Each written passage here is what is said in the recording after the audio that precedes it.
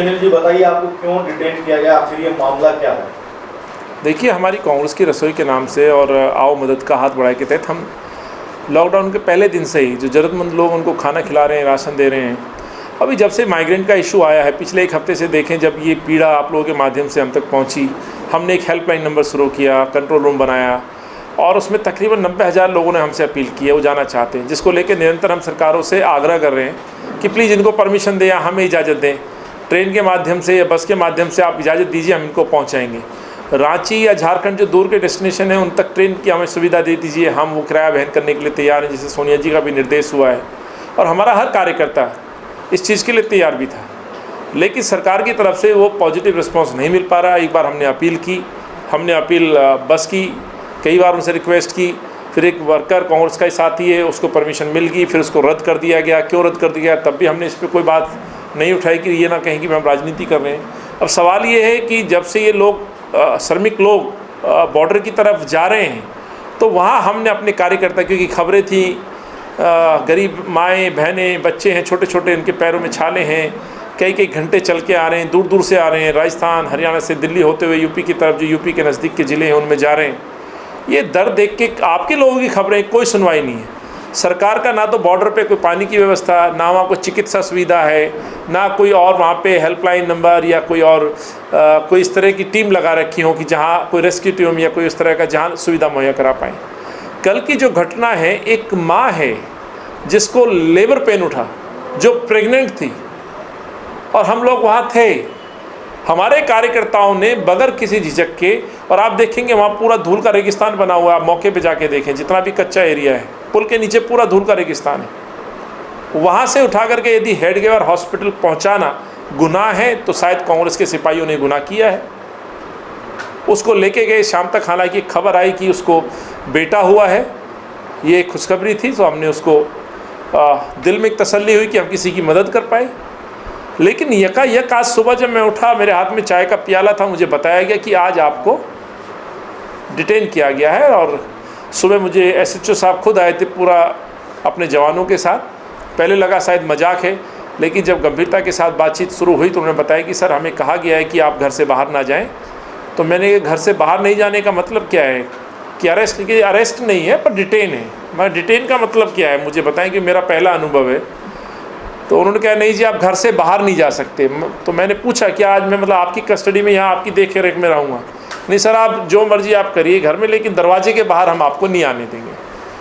फिर मैंने पूछा है उनसे कि मुझे बताएं, कुछ दिखाएं कि भाई आखिर कोई आदेश। तो उन्होंने कहा आदेश नहीं है, वर्बली है। तो मैंने कहा यार ऐसे तो मैं नहीं, ये मेरा अधिकार है, मैं घूम फिर सकता हूँ। लॉकडाउन में मेरे पास घूम फिरने के लिए नहीं तो एक परमिशन है, और मैं अपने उन कार्यकर्ताओं तक जाना चाहता हूं जो हाईवेज़ पर सेवा कर रहे हैं, कांग्रेस की रसोई चला रहे हैं, पानी पिला रहे हैं, खाना खिला रहे हैं, कुछ मरहम पट्टी कर रहे हैं, तो मुझे उनके पास जाना है। उन्होंने कहा सर ये हम आपको अलाउ नहीं करेंगे और हम आपको नहीं जाने देंगे। तो फिर मैंने उनसे आग्रह किया मुझे बताइए तो सही। तो उन्होंने सिर्फ एक सवाल किया कि आप कल गाजीपुर गए थे? तो मुझे अंदेशा लग रहा है शायद उस गर्भवती महिला की यदि मदद कांग्रेस के कार्यकर्ताओं ने कर दी तो शायद ये गुनाह कांग्रेस के लोगों से हुआ है, और उसकी सज़ा आज हमें यहाँ घर में कैद करके दी गई है। ये आज की घटना है। बॉर्डर पे जो हालात है वो वाकई जो है दर्दनाक है। हमने भी वहाँ कई खबरें दी हैं। लोग बाग जो है पैदल, खासकर जो पैदल यात्री जो है जिनको कोई सुविधा वहाँ नहीं मिल पा रही है, वहाँ पर पुलिस जो है उनको बस में भरकर वापसी शेल्टर होम बार बार ले जाया जा रहा है, लेकिन उनके लिए कोई सुविधा नहीं की जा रही। आपने ऐसा सोचा क्या इस वजह से, राजनीतिक द्वेष की वजह से ये किया गया? देखिए मुझे नहीं पता, हम लोग ना इस पर राजनीति कर रहे थे। जैसे मैंने कहा हमारी बस की परमिशन कैंसिल कर दी, हम चाहते तो वहाँ धरने पे बैठ जाते, क्योंकि ये तो खुद ही धरना को मारते केजरीवाल साहब। उन्हीं के डीएम एडीएम स्टाफ ने कैंसिल किए परमिशन, हमने तो ये कदम नहीं उठाया। इस आपदा में राजनीति करने का समय ही नहीं है मेरे भाई। यहाँ समय है एकजुटता के साथ काम करने का। जो यंगस्टर्स हैं वो लोग आकर के अपनी जान जोखिम में डाल करके देखो सेवा कर रहे हैं। माफ़ करना, आप भी पत्रकार हैं, आप भी सुबह निकलते हैं, अपने आप को बचाते हुए घर में घुसते हुए डर लगता होगा कि यार मेरे घर में बच्चा है। वैसे हम भी सोचते हैं। आज जो कंप्लेंट्स कर्मचारियों की थी, जो सफाई कर्मचारी का हो, डॉक्टर्स का हो, या ये कहो जो कोरोना फाइटर्स हैं सरकारी महकमे में, जिनके पास एक सरकारी सर्टिफिकेट है, हाँ, तो वो लोगों के लिए हम ताली बजा सकते हैं, उनके लिए हम फूल गिरा सकते हैं, फूल बरसा सकते हैं, तो क्या मैं अपने उन साथियों, उनके वर्करों, जो कांग्रेस का सिपाही पिछले निरंतर 55 दिनों से काम कर रहा है, गली गली खाना खिला रहा है, सैनिटाइज कर रहा है, मदद का हाथ बढ़ा रहा है, क्या मुझे ये मेरी ड्यूटी नहीं बनती कि मैं उनकी पीठ थपथपाऊं? मैं अध्यक्ष होने के नाते कम से कम उनका हौसला तो बढ़ा सकता हूं। इसी काम को मैं कर रहा हूं।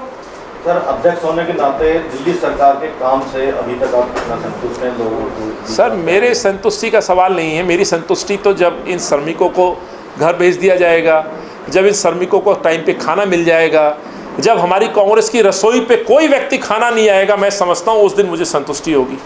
मेरे जिला अध्यक्ष बैठे, इनके साथ हमने कल वहाँ कांग्रेस की रसोई चलाई।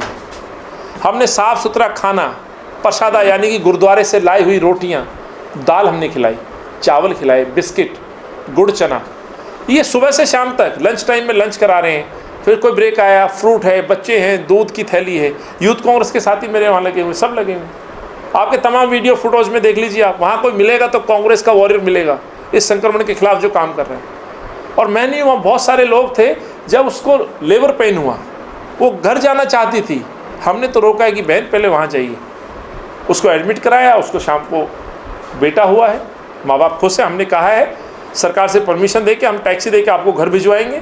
ये जिम्मेवारी सरकार की थी। तो जो संतुष्टि का सवाल है, संतुष्ट उस दिन मैं रहूँगा, उस दिन जिस दिन की हमारी कांग्रेस की रसोई में भीड़ नहीं आएगी, खाने के लिए लोग नहीं आएंगे, हमें विश्वास हो जाएगा लोगों को खाना मिल रहा है। जिस दिन श्रमिक बॉर्डर पे नहीं होंगे, घर चले जाएंगे, उस दिन संतुष्टि मिलेगी। भूख से कोई मरेगा नहीं, पैदल चल के पैरों में छाले नहीं पड़ेंगे, माएँ रोड पर ब्रीफ केस में बच्चों को लेटाते हुए वीडियो और फोटो वायरल नहीं होगी, उस दिन मुझे संतुष्टि होगी। तो आज ये प्रश्न उठते हैं सरकारों के खिलाफ। और के तमाम शराब के ठेकों पर सोशल डिस्टेंसिंग की धज्जियां होती हैं, उसके विषय में आप क्या कहेंगे? बहुत अच्छा आपने प्रश्न पूछा है। अभी आप मुझे जो पुलिस ने दोबारा कहा है कि आपने इसका जो है लॉकडाउन के दौरान सोशल डिस्टेंसिंग का ध्यान नहीं रखा। मैं आपके इस प्रश्न पे पूछना चाहता हूँ, यदि ठेकों पर लाइन लगी, किसका आदेश? मुख्यमंत्री जी का आदेश। और डिजास्टर मैनेजमेंट एक्ट के तहत यदि कोई मौत होती है, कोई नुकसान होता है, उसका हर्जाना कौन देगा?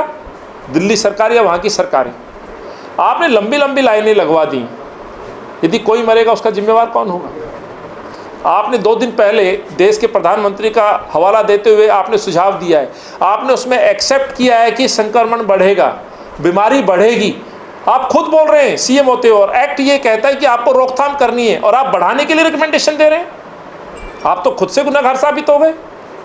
एक्ट के अनुसार आपको वो व्यवस्था करनी है कि संक्रमण नहीं रुकना चाहिए, संक्रमण नहीं फैलना चाहिए, और आप खुद कबूल कर रहे हैं एडवांस में। तो कोई मृत्यु होगी तो उसकी सजा किसको मिलेगी?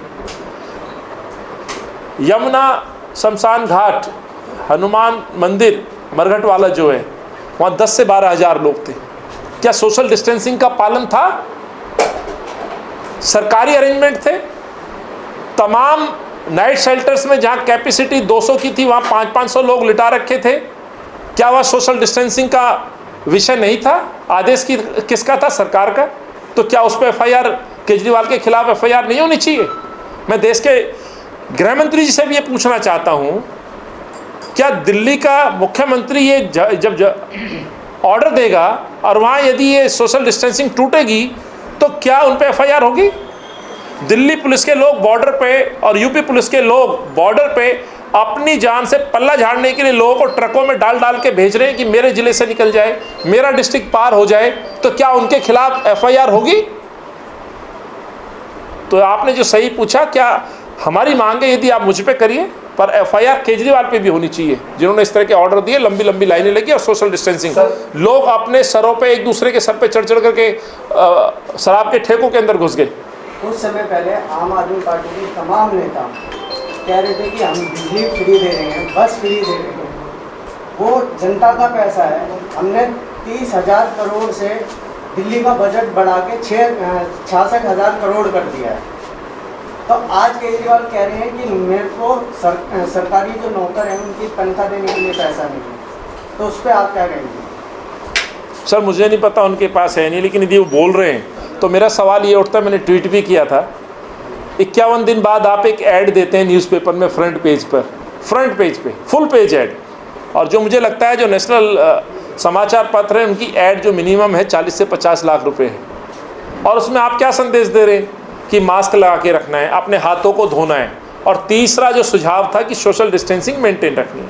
51 दिन बाद मैं आप सभी से पूछना चाहता हूं, जो इतना पढ़ा लिखा है, जो पढ़ता है, उनके बच्चे घर हैं, उनको भी पता है कि मुझे सोशल डिस्टेंसिंग करनी है, मास्क लगाना है, हाथ धोने हैं, तो प्रश्न उठता है आप अपनी फ़ोटो लगा के इतने बड़े बड़े ऐड दे रहे हैं, सड़कों पर आप ITO से जाइए, बड़े बड़े होर्डिंग्स लगा दिए, तो आप पे उनके लिए पैसा नहीं है और अपनी ऐड के लिए, अपने प्रचार के लिए पैसा है।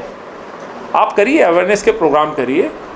आपसे मैं फिर पूछना चाहता हूँ, एक समाचार पत्र में क्या A4 साइज़ का ऐड दे के क्या जानकारी नहीं दी जा सकती जो फुल पेज ऐड देना है? और जिसमें आप बोल रहे हैं 51 दिन बाद हाथ धोने हैं, तो सबको पता है, अच्छे बड़े बड़े सेलिब्रिटीज़ बोल रहे हैं, पत्रकार लोग कह रहे हैं, ट्वीट पे कह रहे हैं, वैसे भी पता है कि हाथ धोना है, 20 सेकंड हाथों को धोना है। डिटॉल की ऐड आ रहा है, लाइबो का ऐड आ रहा है, और लोगों का ऐड आ रहा है। तो कहीं ना कहीं अपनी प्रचार के लिए पैसे हैं, लोगों के लिए पैसे नहीं है। अच्छा सर, ये जबकि आपको याद होगा शिला जी के टाइम में दिल्ली सरकार पे सरप्लस पैसा था। अनिल जी ये बताइए, परमिशन कैंसिल हो गई, आपको डिटेन कर दिया, हो सकता है कि आगे और भी आपके कार्यकर्ता या पदाधिकारी डिटेन किए जाए, तो ऐसे में आगे आपने क्या रणनीति? मैं इसके लिए कहना चाहूँगा, वो अपना काम करते हैं, हम डरेंगे नहीं, हम डरेंगे नहीं, हम ये सेवा करते रहेंगे। कांग्रेस का सिपाही इस तरह के परेशानी में, उनके दुख दर्द में अपना सहयोग कर रहा है, उनके दर्द को कम करने का काम कर रहा है। सर आपकी किसी बड़े पुलिस अधिकारी से बात हुई है कि आपको डिटेन 1 दिन के लिए किया गया है और इसको बढ़ाया जाए? नहीं, मुझे कोई सूचना नहीं। मुझे अलग अलग पत्रकार साथियों से सूचना मिल रही है। कभी मीडिया पुलिस कहती है कि आपने सोशल डिस्टेंसिंग का ध्यान नहीं रखा, फिर अभी धीरे से फिर उन्होंने आरोप बदल दिया कि आप लोगों को गाड़ियों में बैठा के बॉर्डर पार करा रहे थे।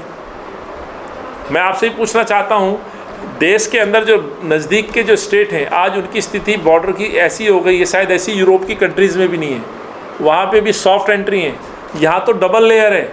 आज श्रमिक को अपने प्रदेश में जाने से ऐसा लग रहा है कि दूसरे देश में जा रहे हैं, इतनी बड़ी बड़ी बैरिकेटिंग्स हैं।